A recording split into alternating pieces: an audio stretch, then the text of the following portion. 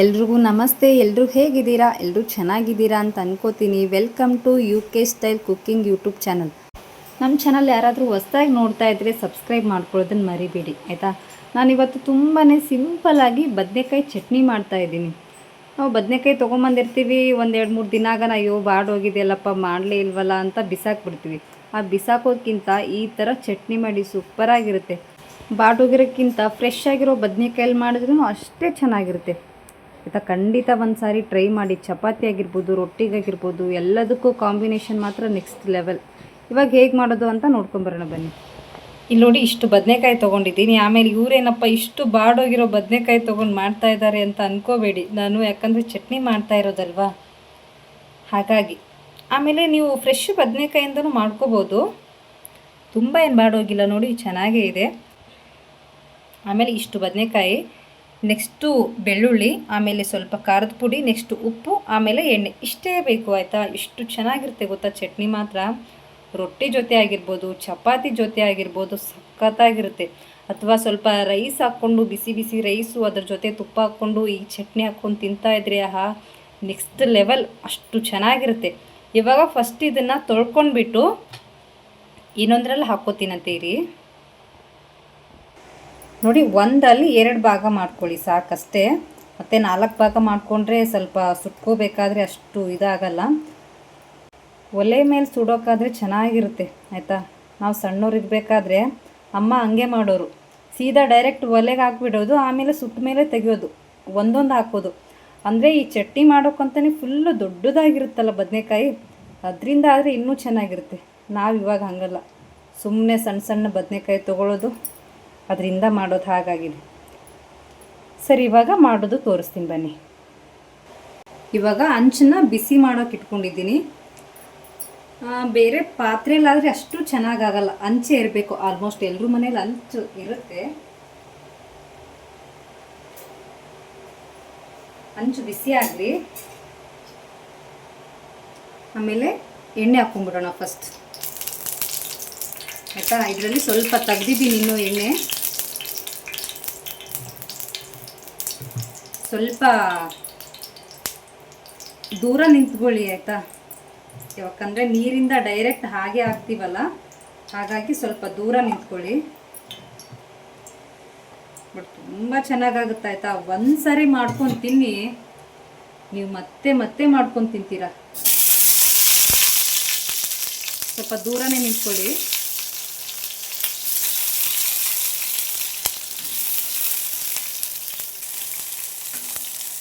ಇವಾಗ ಒಂದು ಸೈಡು ಚೆನ್ನಾಗಿ ಫ್ರೈ ಆಗಲಿ. ಅದು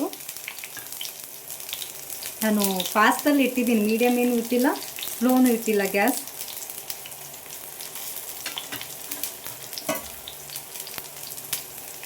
ಆಮೇಲೆ ನೀರೆಲ್ಲ ಹಾಕಬೇಡಿ, ಫುಲ್ ಎಣ್ಣೆಲೆ ಚೆನ್ನಾಗಿ ಫ್ರೈ ಆಗಲಿ ಅದು.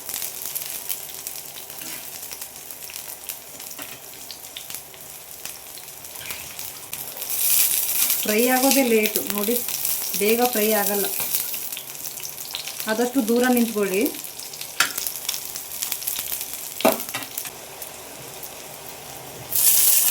ಇವಾಗ ಟೇಸ್ಟ್ ಹಾಕಿ, ಬಟ್ ಚೆನ್ನಾಗಿ ಸುಡಬೇಕಿದು ಆಯಿತಾ, ಅಂದ್ರೇ ಚೆನ್ನಾಗಿರೋದು.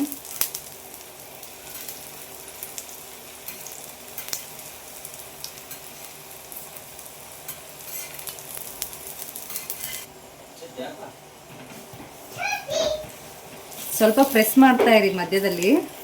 ಒಂದು ಸೈಡ್ ನೋಡಿ ಹೆಂಗೆ ಸುಟ್ಟಿದೆ ಅಂತ. ಇವಾಗ ಇನ್ನೊಂದು ಸೈಡು ಅದೇ ಥರ ಫುಲ್ ಸಾಫ್ಟ್ ಆಗಬೇಕದು ಸುಟ್ಟು. ಇವಾಗ ನೋಡಿ 2 ಕಡೆ ಚೆನ್ನಾಗಿ ಸುಟ್ಟಿದೆ. ಇವಾಗ ಮಿಕ್ಸ್ ಮಾಡ್ಕೊಳ್ಳಿ ಇದೇ ಥರ.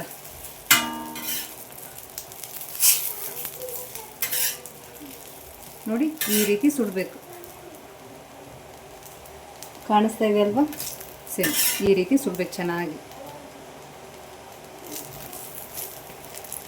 ಆಮೇಲೆ ಇದನ್ನು ಒಂದು ಪ್ಲೇಟಿಗೆ ತೆಗೆದು ಸ್ವಲ್ಪ ತಣ್ಣಗಾಗಬೇಕು ಆಯಿತಾ. ಫುಲ್ ಬಿಸಿ ಇರುತ್ತಲ್ವ, ಸ್ವಲ್ಪ ತಣ್ಣಗಾಗಲಿ ಅಷ್ಟೇ.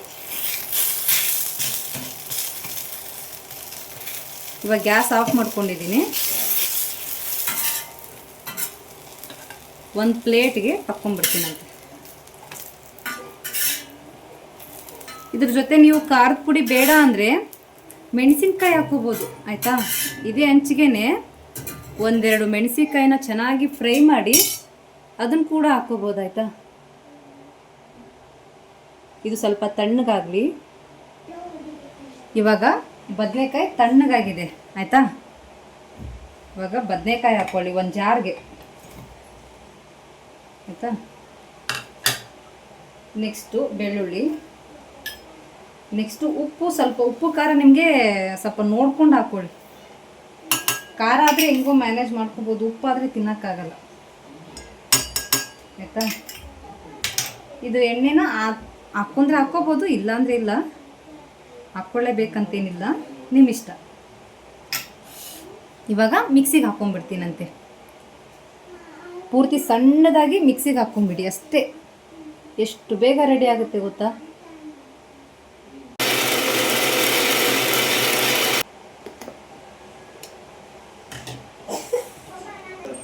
ನೋಡಿ ಇವಾಗ ರೆಡಿ ಆಯಿತು. ಎಷ್ಟು ಬೇಗ ಆಯ್ತಲ್ವ ಆಯಿತಾ. ಒಂದು 5 ನಿಮಿಷನೂ ಆಗಲ್ಲ ನೋಡಿ.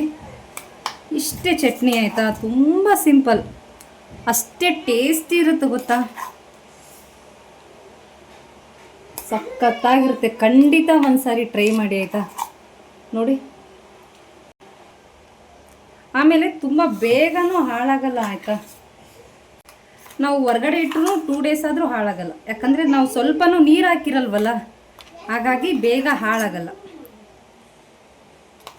ತುಂಬ ಚೆನ್ನಾಗಿರುತ್ತೆ, ಖಂಡಿತ ಟ್ರೈ ಮಾಡಿ ಆಯಿತಾ.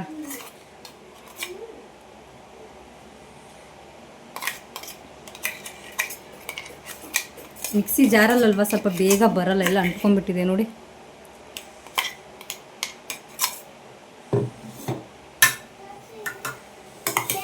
ಎಲ್ಲದಕ್ಕೂ ಸೂಪರಾಗಿರುತ್ತೆ. ಸ್ವಲ್ಪನೇ ಮಾಡಿರೋದು, ಯಾಕಂದರೆ ಬದನೆಕಾಯಿ ನೋಡೋಕೆ ಅಷ್ಟು ಕಾಣಿಸುತ್ತೆ, ಬಟ್ ಮಾಡಿದ ಮೇಲೆ ಸ್ವಲ್ಪನೇ ಆಗೋದು ನೋಡಿ. ಇನ್ನೂ ಇದರಲ್ಲಿ ಸ್ವಲ್ಪ ಇದೆ. Okay, thank you so much. ಇಷ್ಟೊತ್ತವರೆಗೂ ಯಾರ್ಯಾರು ವೀಡಿಯೋ ನೋಡಿದ್ದೀರಾ ಎಲ್ರಿಗೂ ಥ್ಯಾಂಕ್ ಯು. ಹೀಗೆ ನೋಡ್ತಾ ಇರಿ, ಸಪೋರ್ಟ್ ಮಾಡ್ತಾಯಿರಿ. ಹಾಗೆ ಯಾರಾದರೂ ಹೊಸ್ದಾಗಿ ಚಾನಲ್ನ ವಿಸಿಟ್ ಮಾಡಿದರೆ ಪ್ಲೀಸ್ ಸಬ್ಸ್ಕ್ರೈಬ್ ಆಗೋದನ್ನು ಮರಿಬೇಡಿ. Thank you for watching. ಎಲ್ರಿಗೂ ಒಳ್ಳೆಯದಾಗಲಿ. ಬಾಯ್ ಬಾಯ್.